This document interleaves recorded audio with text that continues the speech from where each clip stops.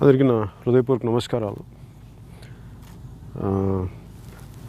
చాలా రోజుల నుంచి మా జన సైనికులు కానీ పార్టీ నాయకులు కానీ అందరూ రిలీజ్ చేస్తే బాగుంటుంది, దీని మీద స్పందిస్తే బాగుంటుంది అంటే ఈ నోట్స్ ద్వారా చెప్తా ఉన్నాను. అందుకని ఉన్న కరోనా ఈ సమయంలో చాలామంది అందరినీ ఇబ్బంది పెట్టడం దేనికి, ఎందుకంటే ఎక్స్పోజర్ ఎక్కువైపోయింది. ఇప్పటికీ ఆంధ్రప్రదేశ్లోనే 50,000 పైగా కేసులు, మన తెలంగాణలో దాదాపు 47,000 కేసులు, దేశం మొత్తం మీద 28,000 మంది పైగా చనిపోయారు. ఇలాంటి పరిస్థితుల్లో కొంత జాగ్రత్తలు తీసుకోవడం కోసం నేను వీటన్నిటి నుంచి దూరంగా ఉన్నాను. కానీ నిన్న వరుస సంఘటనలు, నిన్న రాజమండ్రిలో జరిగిన సంఘటన దగ్గర నుంచి మన రాజధాని విషయం కానీ వీటన్నిటి మీద అందరూ అడుగుతూ ఉంటే నాకు ఇది చెప్పాలన్న అనిపించింది. అందుకని మీడియా ముఖంగా ఒకసారి వచ్చి నేను ఏమనుకుంటున్నాను ఇవన్నీ ఒకసారి చెప్దామని ఆ ఉద్దేశంతో ఇది ఏర్పాటు చేయడం జరిగింది. కాబట్టి ఇది పెట్టుకోవడం ఉంటా నాకు కొంచెం మాట్లాడడానికి కొంచెం ఇబ్బందిగా ఉంది.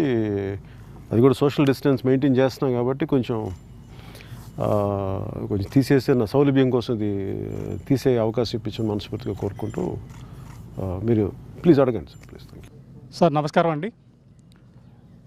ప్రజాశ్రేయస్సును కాంక్షిస్తూ చాతుర్మాస్య దీక్షను చేపట్టానని మీరు చెప్పారు. ఈ దీక్ష గురించి మరిన్ని వివరాలు తెలుసుకోవడానికి జన సైనికులు, మీ అభిమానులు చాలా ఆతృతగా ఎదురు చూస్తున్నారు. ఇలాంటి దీక్షలు కానీ, చాతుర్మాస దీక్షలు కానీ, నా వ్రతాలు కానీ ఇవన్నీ కేవలం నా వ్యక్తిగతంగా చేసేవాడిని ఇప్పుడు దాకా. ఎందుకు మొన్న మటుకు నాకు చాలామందితో మాట్లాడుతున్నప్పుడు, వరుసగా కాన్ఫరెన్స్ కాల్స్ మాట్లాడుతున్నప్పుడు నిస్సహాయ స్థితిలో ఉండి, అంటే ఆర్థికంగా కూడా మనం చేయాల్సింది చేసి కొన్నిసార్లు పరిస్థితులు ఏమొస్తాయంటే భగవంతుడిని శరణ్ వేడుకోవాల్సి వస్తుంటుంది.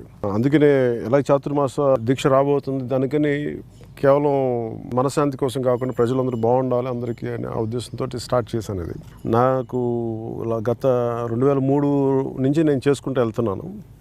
అంతకుముందు వేరే మాలలు, మన ఐప్స మాల అలాంటివి వేసేవాడిని, ఇంకా వేరే యోగా ప్రాక్టీసులు చేసేవాడిని. కానీ 2003 నుంచి మటుకు ఈ చాతుర్మాస దీక్ష అనేది చాలా నిష్ఠగా చేసుకుంటాను. కాకపోతే అన్నిసార్లు బయటికి తెలియదు. అది నేను సినిమాలు చేయడం వల్ల అది బయటికి తెలిసేది కాదు. ఇప్పుడు ప్రజా జీవితం ఉండటం వల్ల బయటకు వచ్చే అంశం అది.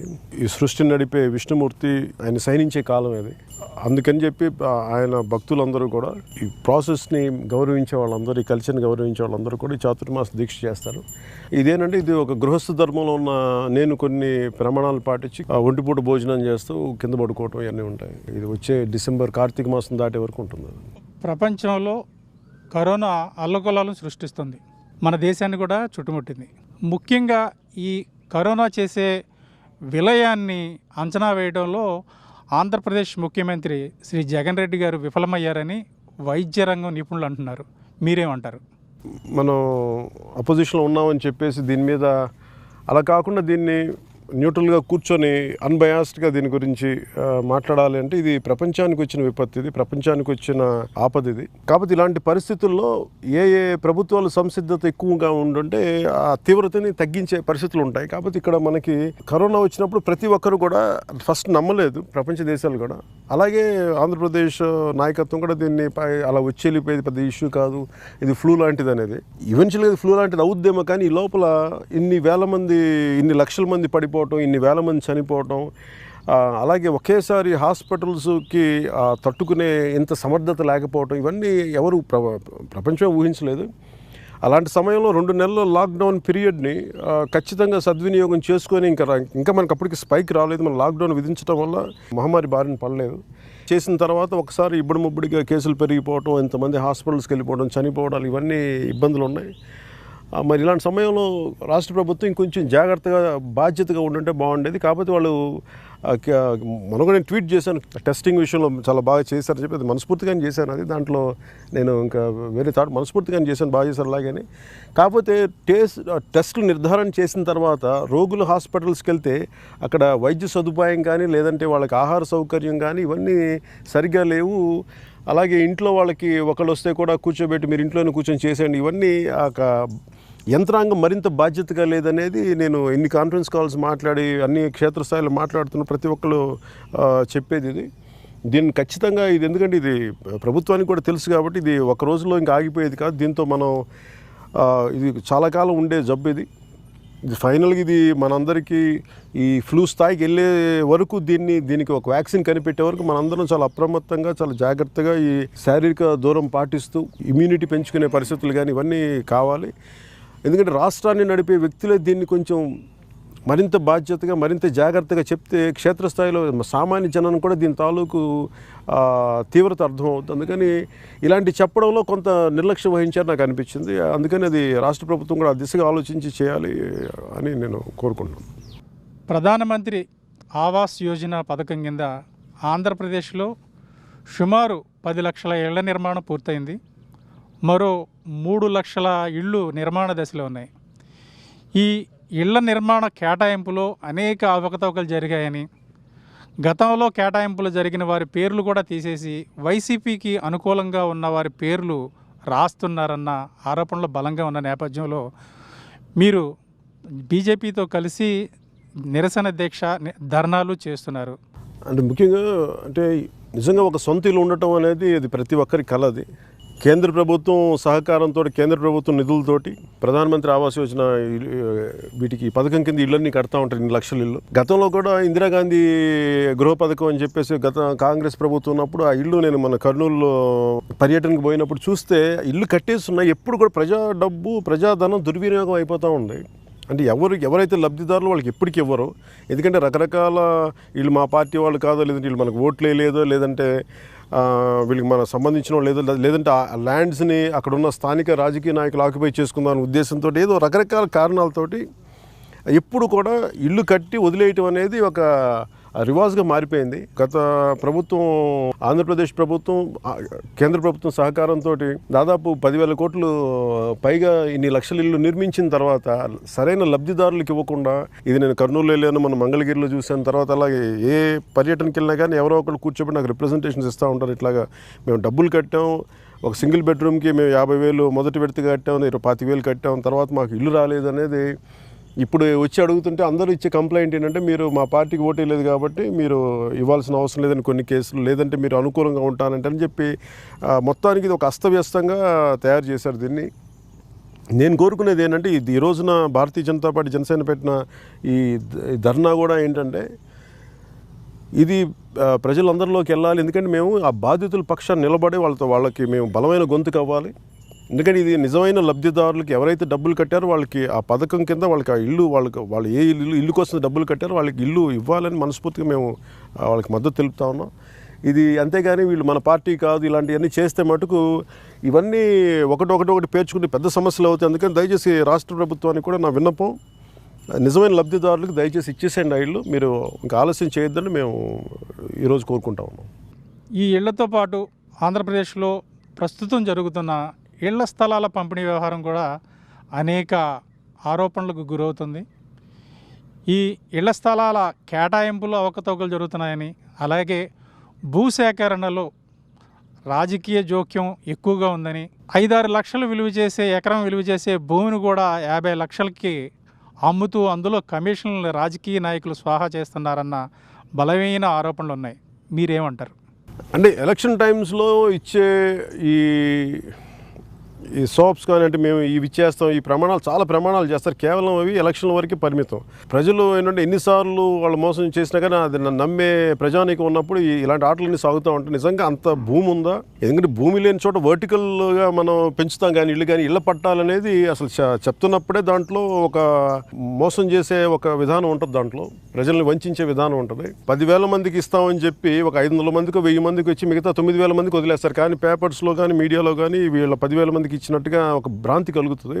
ఉన్న స్థలాలు కూడా ముఖ్యంగా దళిత భూములు, అసైన్డ్ భూములు ఉన్నాయో అసైన్డ్ భూములని తీసేసుకొని వాళ్ళని భయపెట్టో నయానో రకరకాల పరిస్థితులకి వాళ్ళని పరిస్థితుల్లో పెట్టి ఆ స్థలాలు తీసుకొని వాళ్ళకు కూడా అక్కడ ఇళ్ళ పట్టాలి లేవు, ఒకటి ఇంకో చోట ఎక్కడో ఇస్తాం లేదని చెప్పి ఇన్ని అవకతవకలు. అలాగే ఒక ఎకరం కొనడానికి 10 లక్షలు.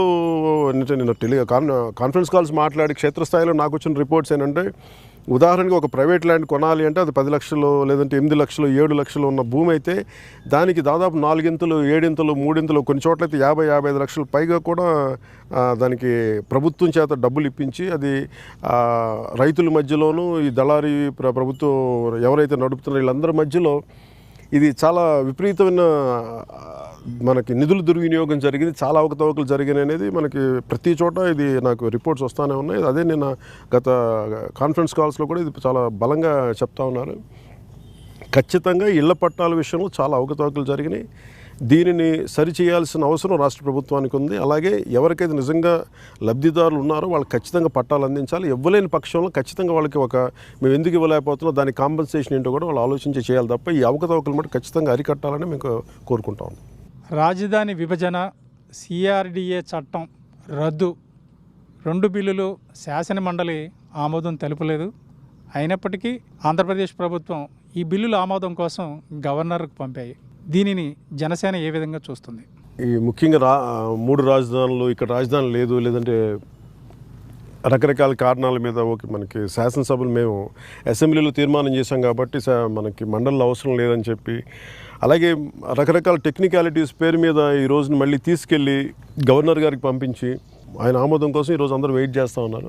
నేను నిన్న కాన్ఫరెన్స్ కాల్లో కూడా మేము మాట్లాడుతున్నప్పుడు మా జనరల్ సెక్రటరీ శివశంకర్ గారు కానీ, లేదంటే తోట గారు కానీ, అలాగే పిఎస్సి చైర్మన్ నాదెండ్ల మనోహర్ గారు, వీళ్ళందరూ పెద్దలందరూ మాట్లాడుతున్నప్పుడు అందరూ అనేది ఏంటంటే ముఖ్యంగా ఆంధ్రప్రదేశ్ విభజన జరిగినప్పుడు, అంటే దీని గురించి మాట్లాడాలంటే కొంచెం వివరంగా లోతుగా వెళ్ళాల్సింది ఏంటంటే, ఆంధ్రప్రదేశ్ విభజన జరిగినప్పుడు హైదరాబాద్ అనే ఒక ఉమ్మడికి అందరం ఒక కాంట్రిబ్యూట్ చేసి డెవలప్ అయిన నగరం సడన్గా ఆంధ్రప్రదేశ్ విడిపోయిన తర్వాత దానికి నగరం లేదు.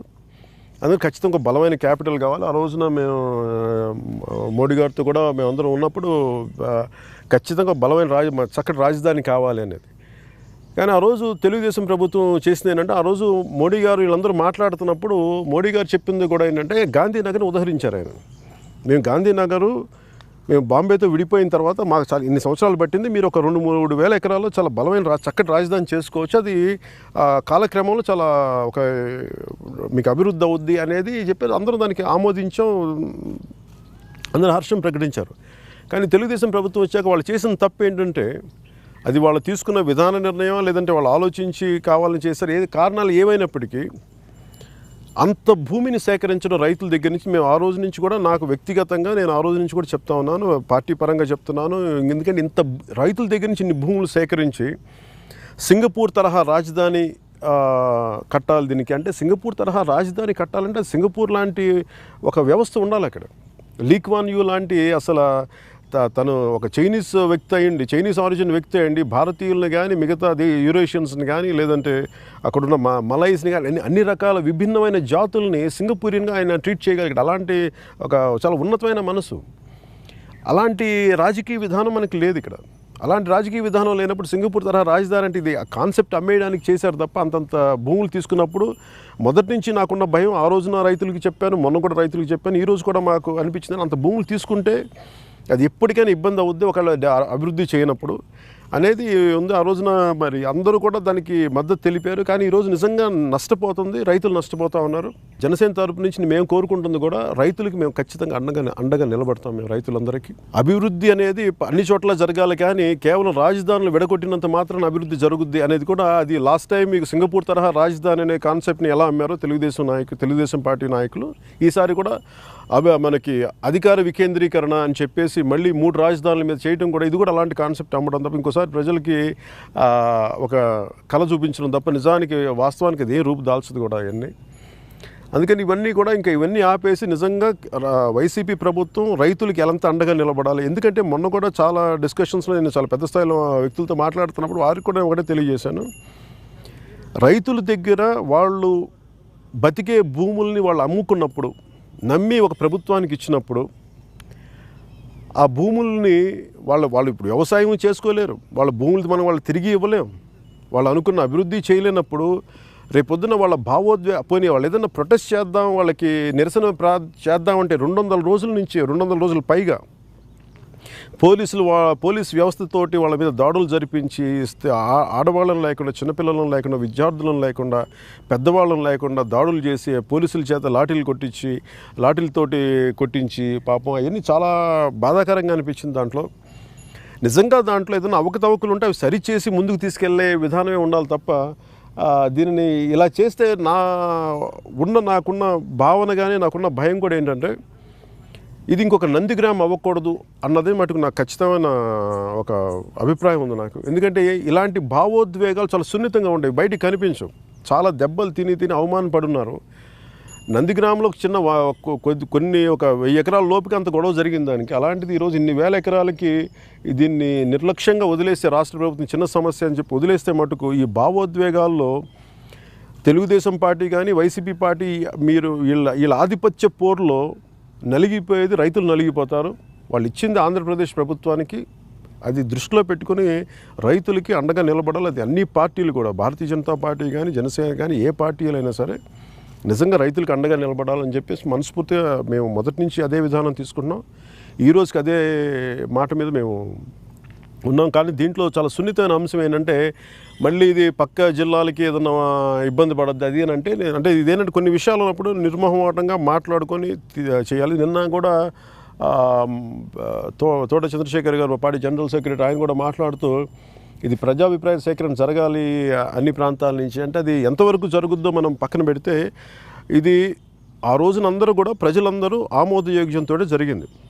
ప్రజల్లో వాళ్ళ రిప్రజెంటేటివ్స్ ఉన్నారు, ఎమ్మెల్యేస్ ఉన్నారు. ఈ రోజున వైసీపీ ప్రభుత్వం చేస్తున్న విధానం ఏంటంటే, ఆ రోజున మీరు ప్రతిపక్షంలో ఉన్నప్పుడు ఆ రోజున కూడా మేము 3 రాజధానులే మేము నమ్ముతున్నామని చెప్పుండంటే ఈరోజు నిజంగా ఇంతమంది ఇచ్చేవాళ్ళు కాదేమో, అసలు జరిగేది కాదేమో. ఆ రోజున అందరూ ఒప్పుకున్న తర్వాత ఈరోజు మళ్ళీ మారుస్తామంటే రకరకాల కారణాలు చెప్పి అది మనం వంచిన వాళ్ళం అవుతాం. దాని పర్యవసానాలు ఎలా ఉంటాయో ఒక్క సంఘటన జరిగితే అన్నీ బయటకు వస్తాయి. అందుకని దాన్ని చాలా సున్నితంగా ఆలోచించాల్సిన అంశం. ప్రతిసార్లు ఈ రైతుల్ని ఇబ్బంది పెట్టేసి వాళ్ళ కన్నీళ్ళు మంచిది కాదు. ఆ రైతు పెట్టే కన్నీరు ఎవరినైనా మలమల మార్చేస్తుంది. కానీ ప్రభుత్వాలు కానీ ప్రజాప్రతినిధులు కానీ చాలా జాగ్రత్తగా దీన్ని సున్నితంగానే దీన్ని మీరు హ్యాండిల్ చేయాలని మనస్ఫూర్తిగా కోరుకుంటున్నాను. ఈ మధ్యకాలంలో ఆంధ్రప్రదేశ్లో దళితులపై ఎక్కువ అరాచకాలు జరుగుతున్నాయన్న వార్తలు వినిపిస్తున్నాయి. డాక్టర్ సుధాకర్ గారు కానీ, లేదంటే కడప జిల్లాలో ఒక న్యాయమూర్తి మీద కానీ, అదేవిధంగా 2-3 రోజుల క్రితం రాజమండ్రిలో ఒక దళిత బాలిక మీద అత్యాచారం కేసు కానీ, నిన్న మొన్న జరిగిన శిరోమండనం కేసు కానీ, ఇవన్నీ దళితుల మీద జరుగుతున్న సంఘటనలే. దీనిని దళితుల అణిచివేతగా భావించవచ్చు అంటారా?